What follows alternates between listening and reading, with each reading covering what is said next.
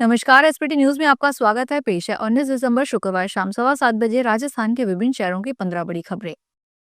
राजस्थान में स्थानीय निकाय चुनावों को लेकर चल रहे कानूनी विवाद पर सुप्रीम कोर्ट ने बड़ा फैसला सुना दिया। सर्वोच्च न्यायालय ने राजस्थान भर में स्थानीय निकायों में परिसीमन प्रक्रिया, चुनावी समय सीमा और प्रशासकों की नियुक्ति को चुनौती देने वाली याचिका को खारिज कर दिया है। अदालत ने राजस्थान उच्च न्यायालय द्वारा तय की गई चुनाव तारीखों और प्रक्रिया को बरकरार रखा है। सुप्रीम कोर्ट की 3 जजों की पीठ मुख्य न्यायाधीश सूर्यकांत, जस्टिस जयमाला बागची और जस्टिस विपुल एम पंचोली ने राजस्थान हाई कोर्ट के 14 नवंबर 2025 के आदेश में हस्तक्षेप करने से साफ इनकार कर दिया है। भारत के मुख्य न्यायाधीश सूर्यकांत ने शुक्रवार को कहा कि वे सुप्रीम कोर्ट के क्रिसमस और नए साल की छुट्टियों के पहले दिन 22 दिसंबर को जरूरी मामलों की सुनवाई के लिए बैठने को तैयार हैं। सीजेआई कांत की अध्यक्षता वाली और जस्टिस जयमाल्या बागची और विपुल एम पंचोली वाली बेंच ने कहा कि सुप्रीम कोर्ट रजिस्ट्री मामलों की अर्जेंसी की जांच करेगी और उसी के अनुसार उन्हें लिस्ट करेगी। राजस्थान के लिए साल 2026 का सेना दिवस ऐतिहासिक और यादगार होने जा रहा है। पहली बार सेना दिवस समारोह जयपुर में होगा। 15 जनवरी को गुलाबी नगर सेना के शौर्य, पराक्रम और आधुनिक सैन्य शक्ति का साक्षी बनेगा। जगतपुरा स्थित महल रोड पर होने वाली आर्मी डे परेड में थल व वायु सेना और आधुनिक युद्ध तकनीक की संयुक्त झलक देखने को मिलेगी। समारोह में सेना अध्यक्ष की मौजूदगी भी प्रस्तावित है। परेड में ऑपरेशन सिंदूर और राजस्थानी संस्कृति की झलक भी दिखाई देगी। राजस्थान में स्पेशल ऑपरेशंस ग्रुप एसओजी ने अब एक नई भर्ती परीक्षा में गड़बड़ी को उजागर किया है। राजस्थान पुलिस की इस विशेष टीम ने अब 2022 में हुई फायर भर्ती परीक्षा के मामले में कार्रवाई करते हुए एक महिला अधिकारी को गिरफ्तार किया है। Assistant fire officer Sobia Sai Jaipur में तैनात थी। उनके ऊपर आरोप लगे हैं कि उन्होंने 2022 में फायर भर्ती परीक्षा में फर्जी तरीके से पास की थी। रुपया शुक्रवार को शुरुआती कारोबार में 24 पैसे मजबूत होकर अमेरिकी डॉलर के मुकाबले 79.96 पर पहुंच गया। विदेशी मुद्रा कारोबारियों ने बताया कि अमेरिकी डॉलर भारत रुपए की जोड़ी में यह बढ़त भारतीय रिजर्व बैंक के संभावित हस्तक्षेप के कारण आई है। इसके अलावा कच्चे तेल की कीमतें करीब $59 प्रति बैरल के स्तर पर स्थिर रहने से बाजार का माहौल सकारात्मक रहा। अंतरबैंक विदेशी मुद्रा विनिमय बाजार में रुपया अमेरिकी डॉलर के मुकाबले 90.19 पर खुला, फिर थोड़ा मजबूत हुआ और 79.96 प्रति डॉलर पर पहुंच गया, जो पिछले बंद भाव से 24 पैसे अधिक है। कांग्रेस के पूर्व अध्यक्ष राहुल गांधी ने महात्मा गांधी राष्ट्रीय ग्रामीण रोजगार गारंटी अधिनियम के स्थान पर विकसित भारत जी राम जी विधेयक संसद द्वारा पारित किए जाने के बाद शुक्रवार को कहा कि यह प्रस्तावित कानून प्रदेश और गांवों के खिलाफ है तथा इसे वापस लेने के लिए सरकार को विवश करने के मकसद से एक राष्ट्रव्यापी मोर्चा बनाया जाएगा। राहुल गांधी ने सोशल मीडिया पर पोस्ट किया, कल रात मोदी सरकार ने एक ही दिन में मनरेगा के 20 वर्षों को ध्वस्त कर दिया।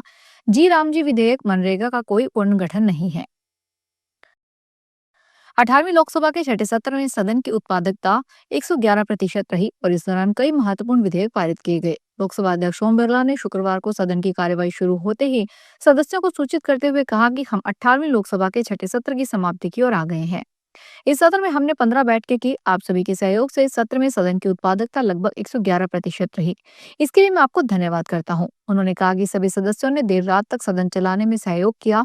इसके लिए धन्यवाद देता हूं। उसके बाद अध्यक्ष ने लोकसभा की कार्यवाही अनिश्चितकाल के लिए स्थगित कर दी।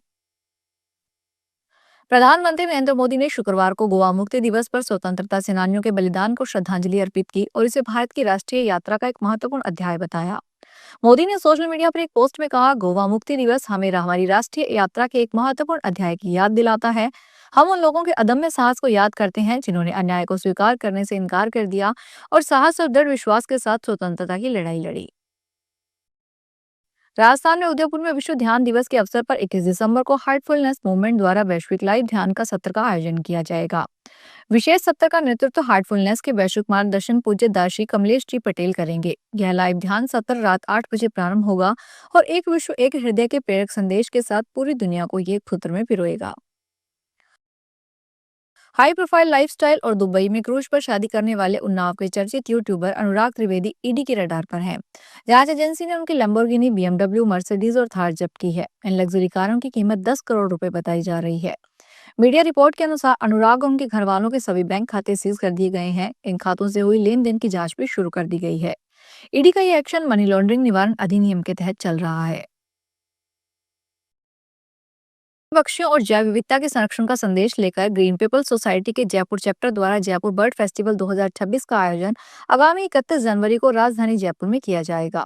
फेस्टिवल संयोजक और जीपीएस के उपाध्यक्ष और भारतीय प्रशासनिक सेवा के सेवानिवृत्त अधिकारी विक्रम सिंह ने बताया कि यह फेस्टिवल जयपुर में जामडोली के कानोता कैंप रिजोर्ट में सुबह 9:30 बजे से शाम 5 बजे तक आयोजित होगा।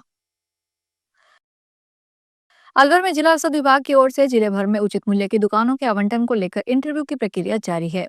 इसी क्रम में शुक्रवार को टहला तहसील के आवेदकों के इंटरव्यू आयोजित किए गए, जिसमें महिला और पुरुष अभ्यर्थियों की भारी भीड़ देखने को मिली। सुबह से ही इंटरव्यू स्थल पर आवेदकों की लंबी कतारें लग गई। पूरे दिन प्रक्रिया चलती रही।